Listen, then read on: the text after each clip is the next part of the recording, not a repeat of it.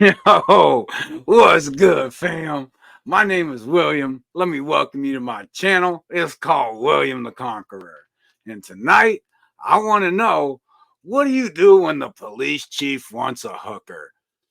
We're going to talk about police chief of Cartersville, Georgia, Jason DiPrima, and what happened when he went down to Florida for a lie detector seminar. I can't make this up. I really can't. But look, before we get into this, I need you to smash that like button for me. It helps me out in the algorithm, and I really appreciate it.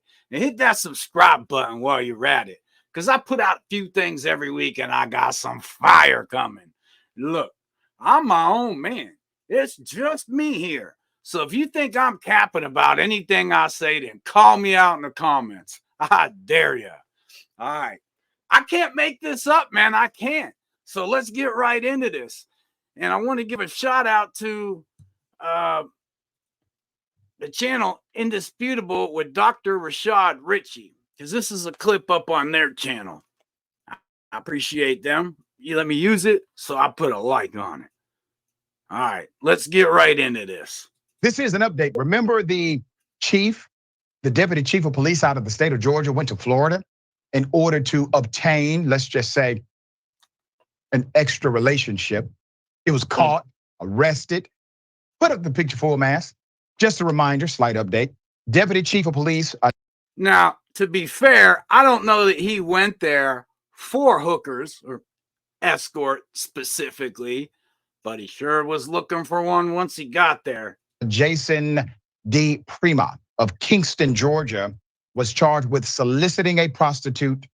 That's a misdemeanor, according to a news release from the Polk County Sheriff's Office. Now, it is a misdemeanor in Florida, but when you're a police chief, that's a career-ending mistake.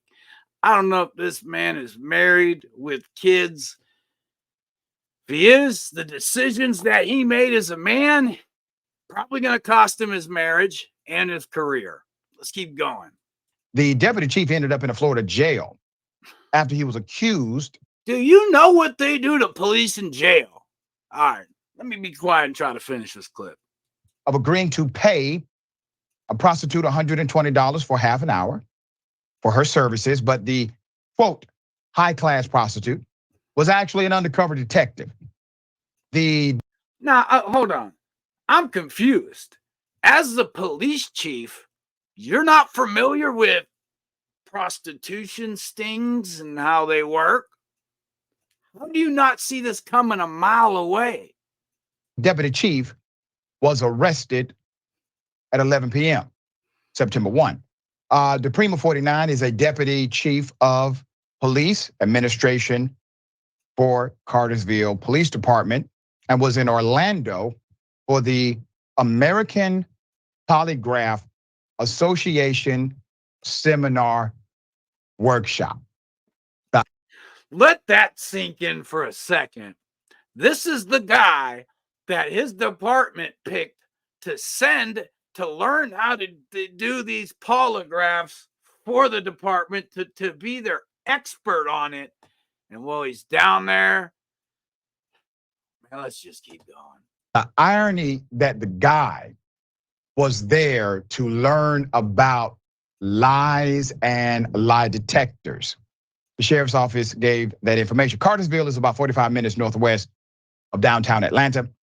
On August 31st, 2022, the deputy chief responded to an online escort.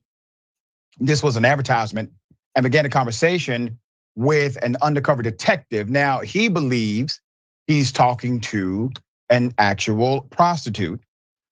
The undercover detective, he asked, "Are you available tonight? And I'd like to come see you. What is your rate?" The sheriff's office reported. Now, I got to say this. According to the documentation, the man never argued about the rate. He went there immediately, and he showed up on time. There's more. He's on time. He's not cheap.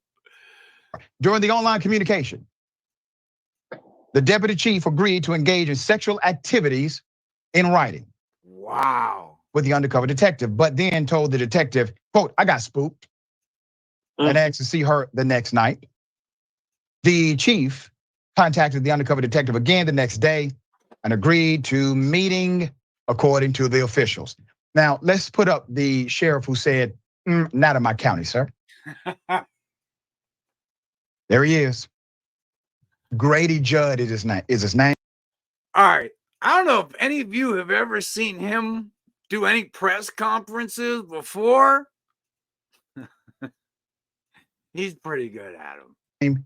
So Sheriff Judd has something to say at a news conference. The sheriff noted that the deputy chief had been with the Cartersville Police Department almost 30 years. Information that was not produced initially and was considered, quote, a well-respected police officer in town, end quote.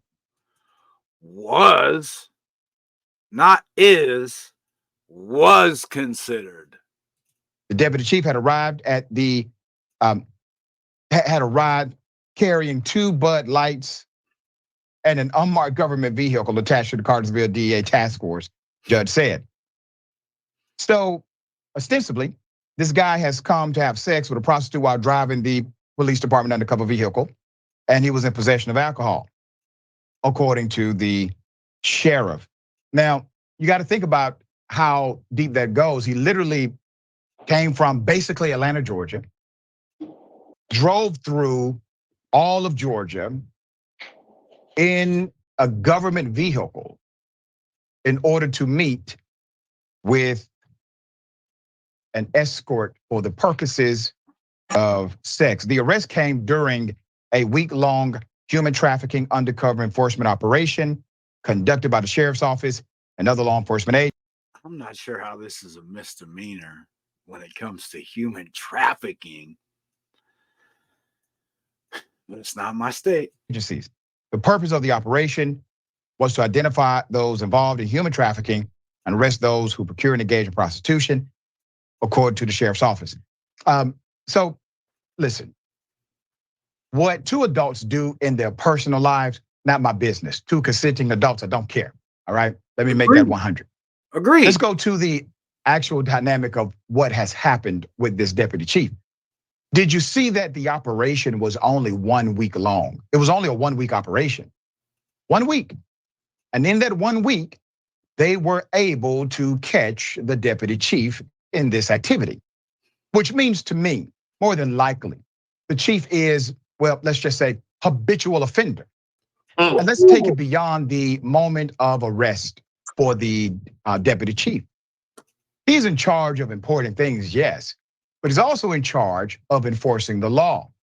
You see, individuals who decide to engage in a particular profession and then act in a way that's antithetical to that profession are, in fact, corrupt.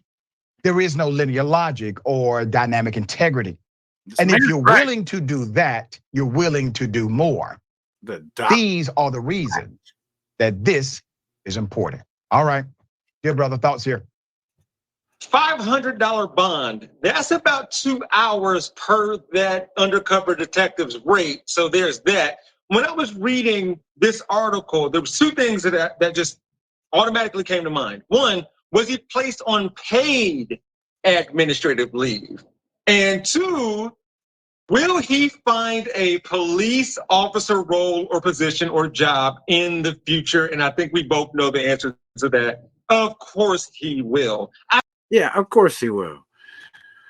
Oh, man, I can't make this up. This is what's really going on with our police today. It just sickens me. Look, I appreciate you guys watching this. I really do. Slap a like on it. Call me out for capping if you think I am. And hit that subscribe button for me. All right, I'm out.